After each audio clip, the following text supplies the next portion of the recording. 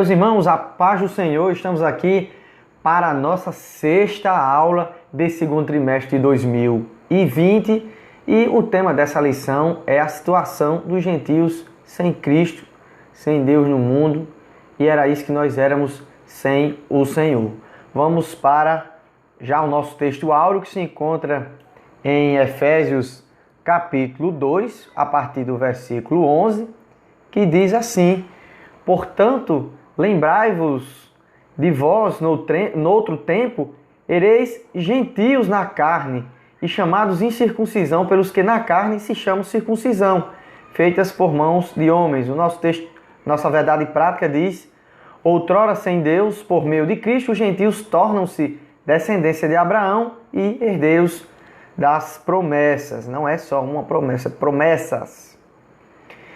Nossa leitura bíblica em classe se encontra em Efésios capítulo 2, versículo 11 ao 12, e também em Romanos, que é o próximo slide, capítulo 4, a partir do versículo 12 ao 14. Diz assim: portanto, lembrai-vos de que vós, noutro tempo, ereis gentios na carne, né? Vocês não faziam parte daquela aliança na carne.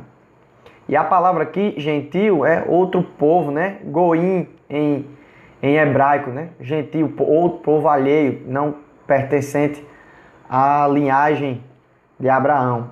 E chamados incircuncisão, pelos que na carne se chamam circuncisão, feita pela mão de homens, que naquele tempo estavam sem Cristo, separados da comunidade de Israel e estranho aos concertos da promessa, não tendo esperança e sem Deus no mundo. Uma situação totalmente deplorável, né? Triste. Versículo 12 do capítulo 4 de Romanos diz: e fosse pai da circuncisão, daqueles que não somente são da circuncisão, mas que também andam nas pisadas daquela fé que teve nosso pai Abraão, que tivera na incircuncisão. Por que ele está dizendo isso, né? Abraão, ele recebe o chamado dele antes de receber a ordenança da circuncisão.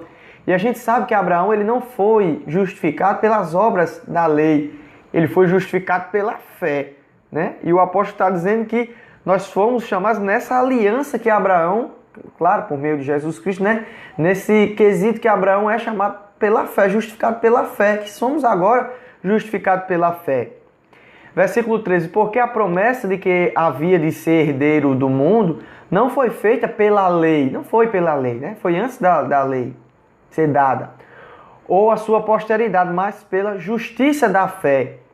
Pois, se os que são da lei são herdeiros, logo a fé é vã e a promessa é aniquilada. Se, porventura, a lei fosse agora o motivo pelo qual os homens conseguissem se salvar, né, as obras da lei, então a graça seria aniquilada. A graça já é para isso, meu irmão. Nós não conseguimos cumprir a lei, né? Então Jesus, ele vem ao mundo para fazer algo que a gente não possa. É por isso que em vários versículos, em várias passagens nos Salmos, né, os profetas dizem assim: Deus olhou para a terra e não viu um justo sequer, né? Quem subirá ao monte do Senhor? Ninguém tinha condições de subir na presença de Deus, mas Jesus, né, o próprio Deus desce para se fazer homem e cumprir isso, glória a Deus, cumprir isso para nos ajudar, né? Nós não temos condições nenhuma. Então, nós temos alguns objetivos a cumprir, né? Atingir nessa aula.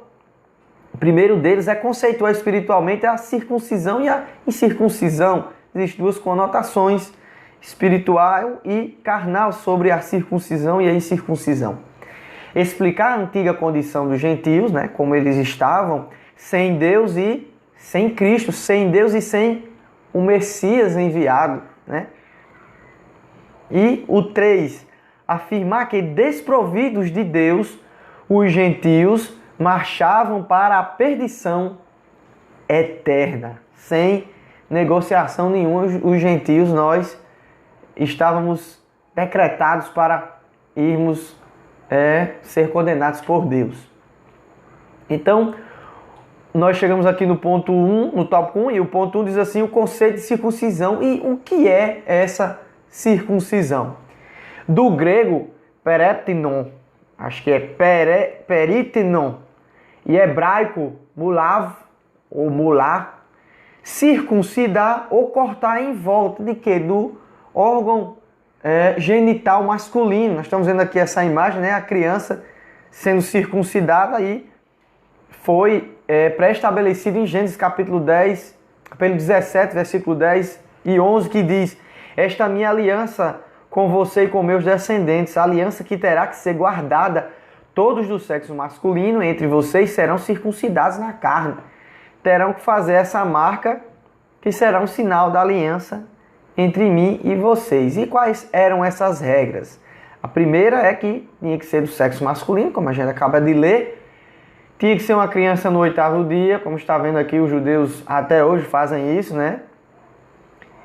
E tinha também que ser os estrangeiros e pessoas nascidas na casa ali, naquele arraial. Gênesis 17, 12 diz: o filho de 8 dias, pois será circuncidado todo homem nas vossas gerações, o nascido na casa e comprado por dinheiro a qualquer estrangeiro que não for da sua descendência. É interessante que a pele que sai dessa circuncisão fica em forma de uma aliança, né? De um círculo. Então os povos e as nações que não fizeram parte desse ritual, não faziam parte desse ritual, eram chamados de incircuncisos e era até usado como um termo pejorativo. Ah, você é um incircunciso. Isso era uma ofensa gigantesca para o judeu, né? E ele ia dizer: não, eu sou incircunciso. Circunciso é você. Se tivesse uma discussão, digamos assim, uma palavra mais forte para dizer era essa. A gente vê que Davi, quando ele estava ali discutindo, né, com o pessoal para entrar para a batalha contra Golias, ele disse para Golias: quem é esse incircunciso filisteu? Primeiro ele diz incircunciso, né, um termo pejorativo para contra os judeus, para contra, aliás, os gentios, né? Então vejamos que nessa situação aqui, esse símbolo acaba criando entre os judeus um motivo de orgulho, e desse orgulho passa também uma arrogância, né? Uma discriminação, um preconceito, digamos assim, com as outras nações. Ah, nós somos os melhores, os escolhidos, e não tem ninguém melhor do que nós, e por isso no templo só quem pode entrar, judeus de um lado e gentios do outro, fazendo aquela parede de separação como nós vimos nas outras aulas. E qual é o significado religioso da circuncisão? O primeiro é que apontava para a santificação, né? Santificação, que a gente já falou, significa separado, né? Santo separado. E por que no íntimo, irmão Gerson? Porque, né, essa era uma marca no íntimo, né? No órgão sexual masculino.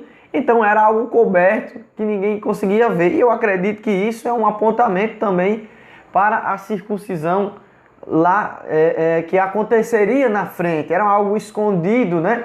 Tinha uma marca ali feita, propriamente uma marca feita na carne, mas era algo escondido, né? Que as roupas cobriam. A marca também no órgão genital masculino fazia lembrar a diferença que tinham em relação aos gentios, de costumes pagãos, na questão da impureza sexual e na idolatria. A gente já viu também em relação aos Efésios, né, os irmãos que estavam ali em Éfeso, que o costume de entrar ali no templo da deusa Diana era ver as sacerdotisas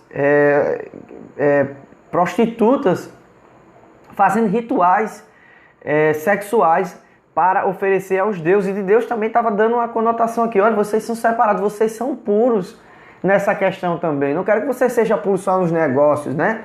Mas existe uma questão de apontamento para essa pureza nessa questão sexual. E na nossa revista, na página 41, nosso comentarista vai dizer que a circuncisão simboliza a aliança de purificação requerida ao povo escolhido, né? Deus queria essa aliança, essa diferença, né? Era algo tão sério que os judeus se recusavam-se até mesmo a comer com os incircuncisos. Em Atos capítulo 11, versículo 3, a gente vai ver isso, né? Você comeu com uma pessoa que não é circuncidada, né?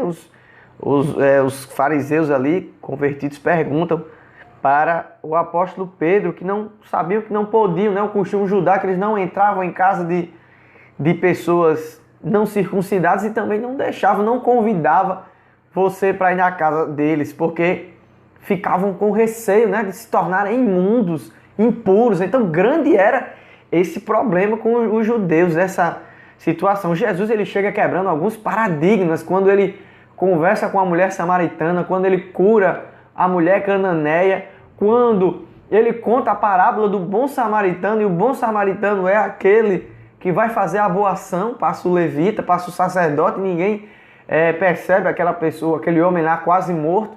E Jesus ele vai apontando, né, vai mostrando que Deus ele não faz acepção de pessoas. Mas os judeus eram orgulhosos nisso, faziam acepção de pessoas assim na cara dura, né? Então foi preciso que Deus se manifestasse ao apóstolo Pedro, primeiro para que convencesse a ele, né? A ele ir até a casa de um centurião chamado Cornélio. Em Atos capítulo 10 a gente vai ver essa história. E ele mostra esse lençol, como está aqui nessa figura, cheio de animais impuros, né? Que todo tipo de animal tinha nesse lençol, e o Senhor dizia a ele: mata e come. E ele disse: não, Senhor, não vou matar isso aí, porque eu nunca coloquei coisa impura na minha boca. E aquilo era uma simbologia que ele considerava os gentios como animais impuros, né? Como pessoas impuras, digamos assim, no sentido estrito da palavra. E ele considerava as pessoas impuras, e Deus disse assim: não chame impuro ou comum aquilo que eu já santifiquei. E Deus diz isso 2 vezes para o apóstolo Pedro. Então, quando chegam as pessoas lá, o apóstolo Pedro ele se lembra da visão e entende que Deus não faz acepção de pessoas. O interessante é que o apóstolo Pedro ele é repreendido também pelo apóstolo Paulo, né? Quando ele chega a estar conversando com os gentios e chega uma remessa de cristãos judeus, ele fica com vergonha, se acanha e se aparta dos cristãos gentios. E o apóstolo Paulo repreende ele na frente de todo mundo, e Pedro recebe aquela repreensão. Que sejamos nós como o apóstolo Pedro, né? Sendo corrigidos por Deus e ouvindo aquilo que Deus ele quer para nós e aparando as arestas do erro. Em Atos capítulo 11, versículo 1 ao 3, como a gente viu: e ouviram os apóstolos e os irmãos que estavam na Judéia que também os gentios tinham recebido a palavra de Deus. Os gentios receberam a palavra. Eu pensei que era só para nós, mas Deus está fazendo uma coisa diferente. Apesar que Jesus, no seu ministério todinho, mostrou que não haveria essa separação. E subindo Pedro a Jerusalém, disputava, né, discutia com eles, os que eram da circuncisão, dizendo, os da circuncisão, né, que dizia para ele: entraste em casa de homens incircuncisos e comeste com eles. Você, Pedro, entrou na casa de uma pessoa circuncisa, você está errado. E teve aquela grande discussão, né? Então, em Efésios, aqui capítulo 2, versículo 11, o apóstolo Paulo ele diz: portanto, vocês se lembrem de que vós no outro tempo, no passado, vocês eram gentios, né? Outro povo, na carne, no conceito da carne. E chamados o quê? Incircuncisão. Recebi esse termo pejorativo judaico. Vocês são incircuncisão. Pelos que na carne se chamam circuncisão, né? Se vangloriam. Circuncisão feita pelas mãos de homens. E tem aqui nessa conotação, né? Nesse versículo, o apóstolo Paulo mostra que a circuncisão outrora era feita por mãos de homens. E ele aponta aqui para uma melhor circuncisão, digamos assim, uma melhor aliança. E aqui a gente vai ver as vantagens da nova circuncisão que é feita no coração. A antiga circuncisão é feita por mãos de homens, né, como a gente vê aqui. Ela é uma marca externa, ela é passageira, efêmera. Uma pessoa morria e não ia ter mais aquela marca, né, e apontava para uma melhor. Já a nova circuncisão, digamos assim, é feita por Deus. O homem não consegue fazer a obra de Deus. Pela graça, a gente aprendeu na aula passada, sois salvos por meio da fé. Isso não vem de vós, é dom de Deus. Não vem das obras para que ninguém se glorie. É uma coisa interna, no espírito. Lembra que a gente falou agora há pouco que é a circuncisão, né? Feita no íntimo, né? No escondido, apontava para essa questão da alma, do coração. E é uma aliança, uma circuncisão eterna, marcados eternamente para Cristo. E é melhor e maior do que a mais antiga. Lembrando aqui, irmãos, que os judeus eram orgulhosos, sim, arrogantes e tal. Mas os gregos também eram arrogantes. Inclusive, alguns dos seus filósofos costumavam dizer que só existiam 2 tipos de pessoas divinas, né? 2 tipos de espíritos. Os o espírito dos gregos e o espírito dos bárbaros. Então quem não era grego era bárbaro para ele, né? Era pessoa desprovida de inteligência. Então para eles também eram os melhores, né? Os gregos. A gente tem a filosofia, a gente tem o conhecimento, a ciência. Paulo, aqui na frente a gente vai ver que Deus ele quebra, né, todas essas duas arrogâncias. Então nenhum e nem outro. Assim em Cristo, o sinal de quem pertence a Deus não é a circuncisão, não é mais a marca, nem a incircuncisão, ou aquele que se vangloriava. Eu não tenho a marca, mas eu também eu sou da Grécia, eu sei falar vários idiomas. Não é isso, né? Não ser. E é sim ser o quê? Uma nova criatura. Respaldando isso, Gálatas capítulo 6, versículo 15, onde o apóstolo Paulo vai contender muito com os Gálatas, né? Vai repreender a respeito disso, que vários cristãos judaizantes chegam até lá para tentar colocarem eles nos rudimentos da antiga aliança mosaica. E diz aqui: porque em Cristo Jesus nem a circuncisão nem circuncisão tem virtude alguma, mas sim o ser uma nova criatura. Irmãos, parem de discutir sobre essa questão da lei de circuncisão, desse negócio de guardar o sábado, dessas questões de leis, da lei antiga. Agora vocês estão debaixo da graça, né? Vocês são redimidos por Cristo, vocês não conseguem cumprir. E ele diz assim: se você quiser ficar sobre a lei, então você sabe que você vai ter que cumprir a lei toda. Então um homem não tem condições de cumprir a lei totalmente. Então nenhum e nem outro, olha só. Chegamos aqui ao ponto 4 desse tópico 1. E a circuncisão na nova aliança. Como é agora então feita essa circuncisão, né? Essa marca? No primeiro concílio de Jerusalém, Atos capítulo 15, né? Os fariseus convertidos, né? Eles chegavam e começaram a colocar pressão nos irmãos gentios que começaram a entrar. Eles começaram a dizer: olha, Cristo não é suficiente, né? Vocês precisam aceitar a Jesus, mas vocês também precisam receber a lei. E os irmãos ficaram perturbados com isso. Alguns foram circuncidados, né?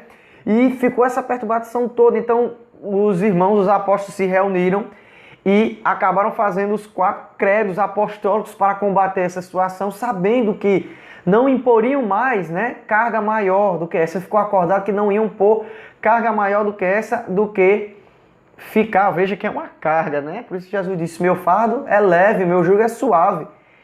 Do que os 4 credos apostólicos, que não são dogmas, né? São os 4 credos que os apóstolos resolveram para apaziguar aquela contenda, né?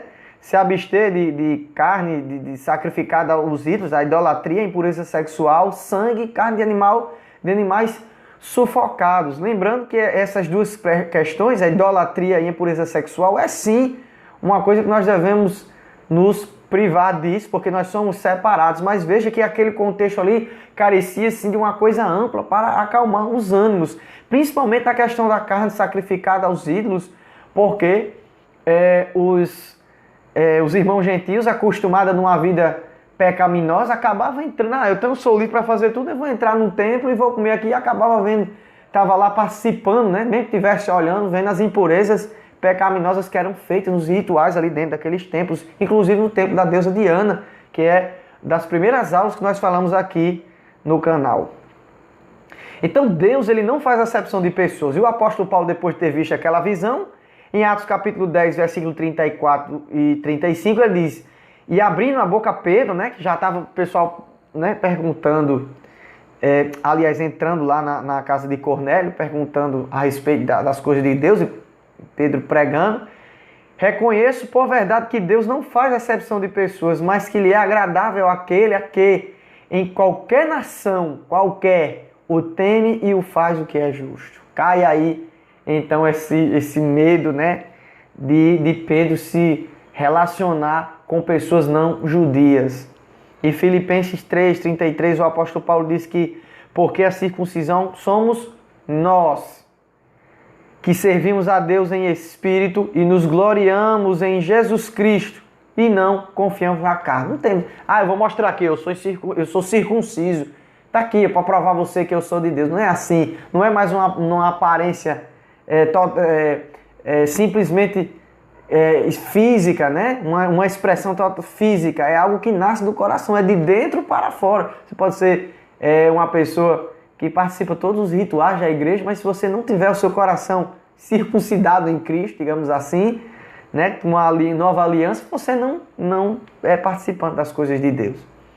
Chegamos no nosso tópico 2, e o apóstolo Paulo diz aqui no versículo 12, nessa primeira parte, que naquele tempo estava o quê? Sem Cristo. E ele começa a dizer o que era a desgraça de um gentio fora dessa aliança, sem Cristo, separados da comunidade de Israel e estranhos às alianças da promessa, né? E vejamos aqui, sem Cristo, o apóstolo fala que sem Cristo, que coisa difícil, sem um Messias para nos salvar, sem alguém que seja um resgate para aquela vida. O teólogo John Charles Hulley, ele diz aqui, estar sem Cristo é estar sem vida, sem poder, sem segurança, sem alicerce, sem um amigo no céu, sem justiça. Ninguém está em piores circunstâncias do que aqueles que estão sem Cristo. Então, quem está sem Cristo, quem não recebeu essa mudança no seu coração, está numa situação muito difícil. É por isso que temos que pregar o Evangelho a tempo e a fora de tempo, para que Deus, através do Evangelho, Ele resgata, Ele salva as pessoas por meio de Cristo e do Espírito Santo.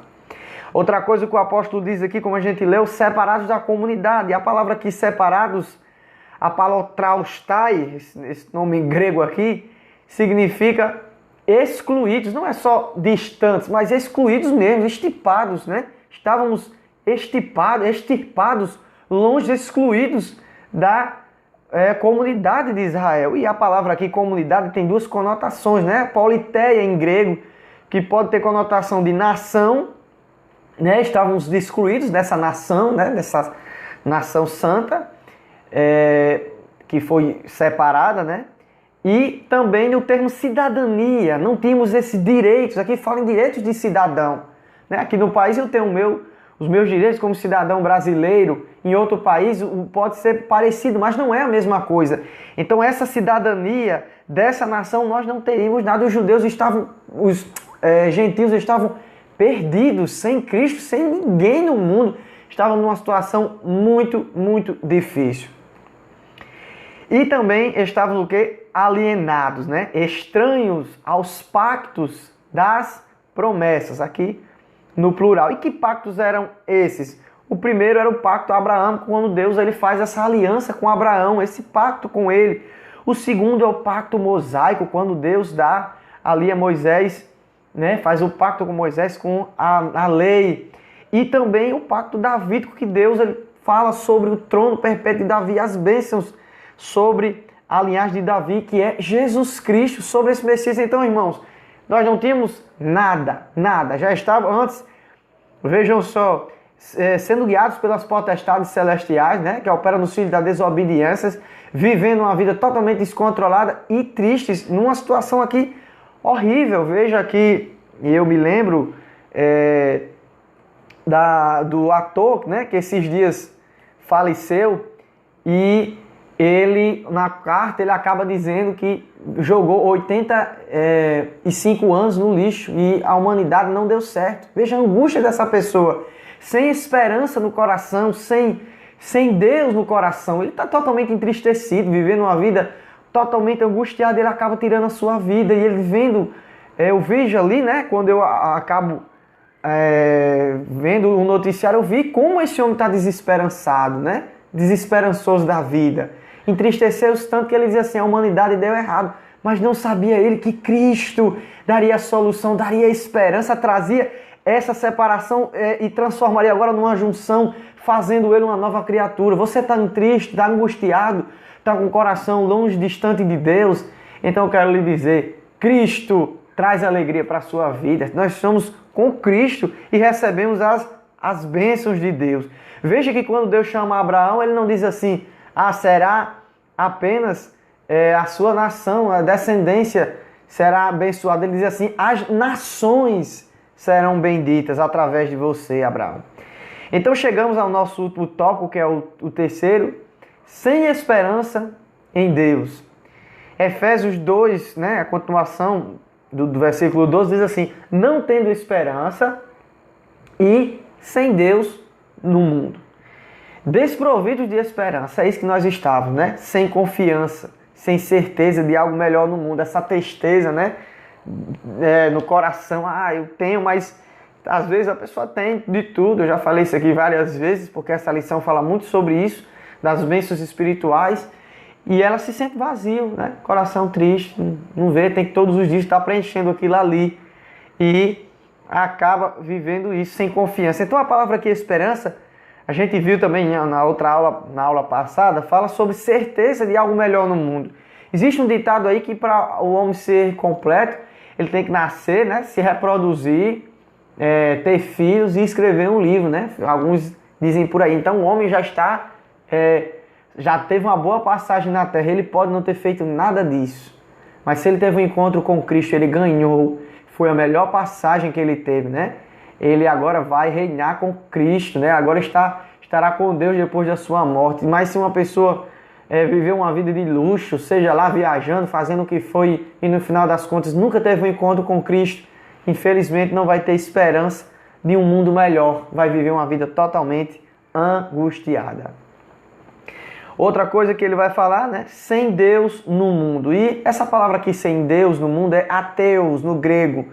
Ou seja, todo gentio, toda pessoa que não crê nesse Deus verdadeiro, agora é um ateu, né? Está vivendo uma vida de ateu. Por que, irmão Gerson? Porque se ele crê em outra entidade, digamos assim, se ele crê em outro Deus com D minúsculo, que na verdade não é Deus, né? Ele na verdade está deixando de crer no Deus verdadeiro e único. Olha, Deus ele não é só verdadeiro, ele é Deus verdadeiro e único. Os outros deuses não são deuses, são apenas imagens feitas por mão de homens, ou esculturas, ou pessoas adorando outras pessoas, ou adorando demônios.